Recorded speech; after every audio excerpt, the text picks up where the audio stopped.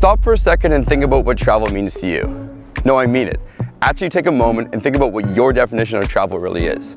Oh wait, what'd you come up with? Did you come up with a single sentence that defines it for you?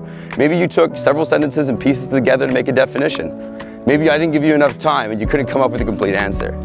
Either way, all your definitions are going to vary from one another. And that's something we've learned over time, is everybody's definition of travel is different.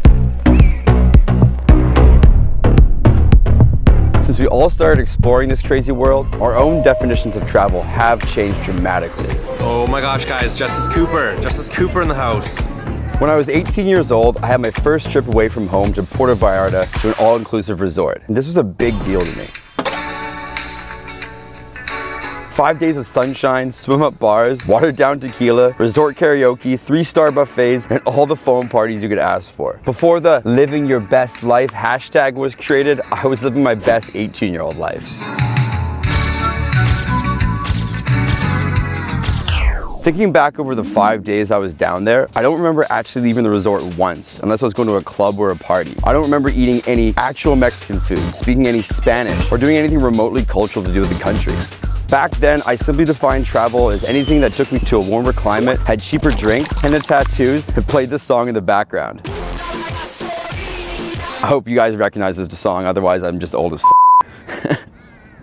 As I began to travel more throughout my 20s, thankfully my curiosity grew and I took more of an appreciation for actually getting to know the countries I visited. What a crazy idea, actually exploring a country. Every trip I made, I ventured out of my comfort zone a little further, made an effort to learn the language, tried more native food, and took public transit instead of private taxis and cars, and sought out hidden gems that you couldn't find on Yelp or TripAdvisor.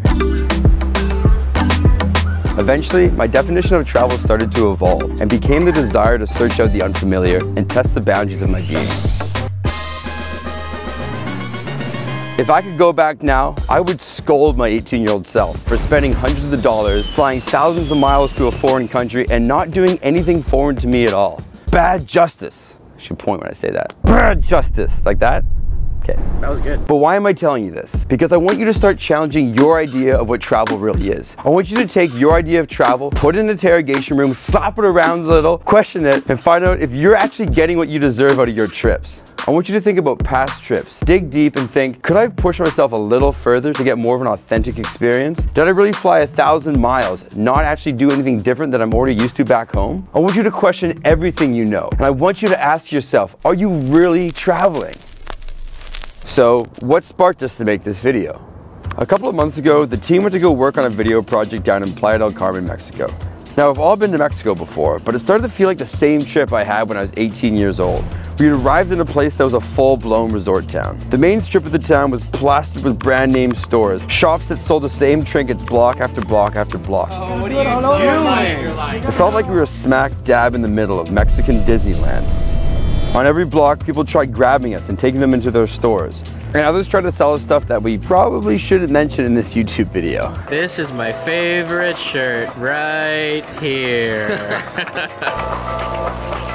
We completely understand this is a way of life for many people and is means for providing for their family and homes. We aren't saying in any shape or form that this is wrong. However, in our experience, we find money tends to get in the way of a real cultural experience. That's all. And that's what this video is about. Searching out those unique cultural experiences unique to the location that you're visiting. These resort towns definitely serve their purpose as affordable destinations, quick weekend getaways, bachelorette parties, destination weddings, and the list goes on. But how many of these people would spend the time to venture out and find the real pieces of Mexico that were just sitting outside the walls of this town? I think many of us are thinking the same thing. If we're to make content in Mexico, we couldn't really make a high-in-life video just staying put in the town. Playa did have its own story, but we want to make videos about adventure, wild experiences, and make incredible footage that makes you want to come down and visit it yourself.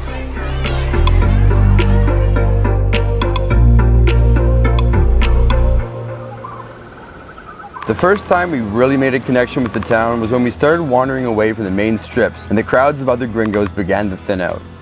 We found a scene where the locals gathered in the streets around a community of food carts, serving up all the local delicacies that our hearts desired. Tacos, burritos, gorditas, glingas, and all sorts of desserts, all for a fraction of what a meal would cost in the middle of town. The local people took a fascination in our excitement in finding local Mexican food. They laughed as we fumbled through broken Spanish, trying to order food, and watched us put down as many tacos as we possibly could.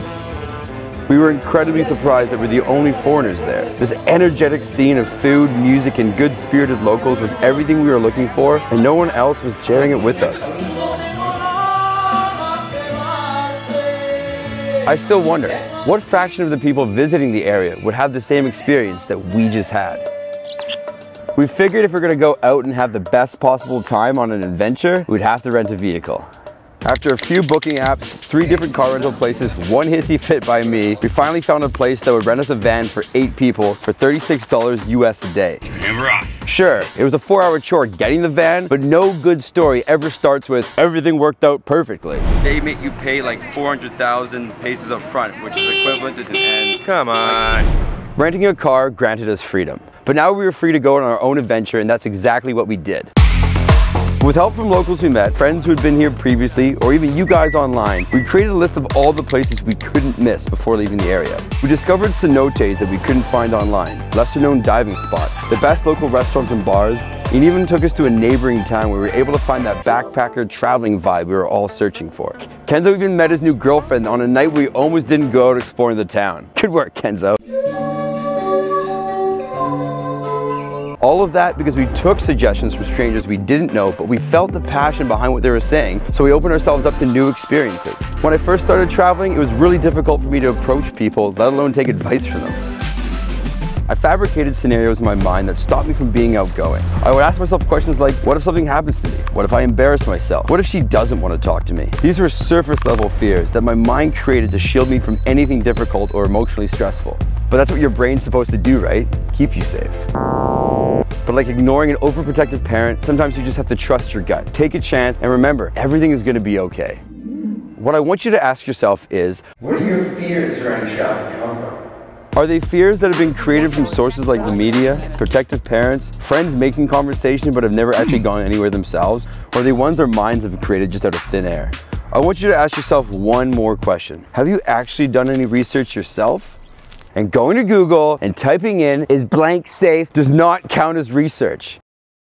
What I really want you to do is write down a list of any fears you have, big or small, about your next travel location. Take a look at them, pick apart each one, and find out if they're actually valid or not. I think you'll be surprised what you uncover.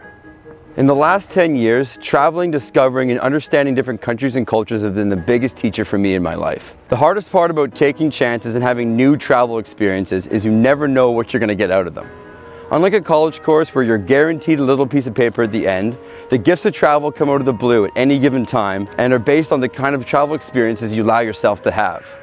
That's why it's so difficult to explain why venturing out into the world is so valuable. It's about trusting that the universe is holding something special for you. You just have to go out and let it find you.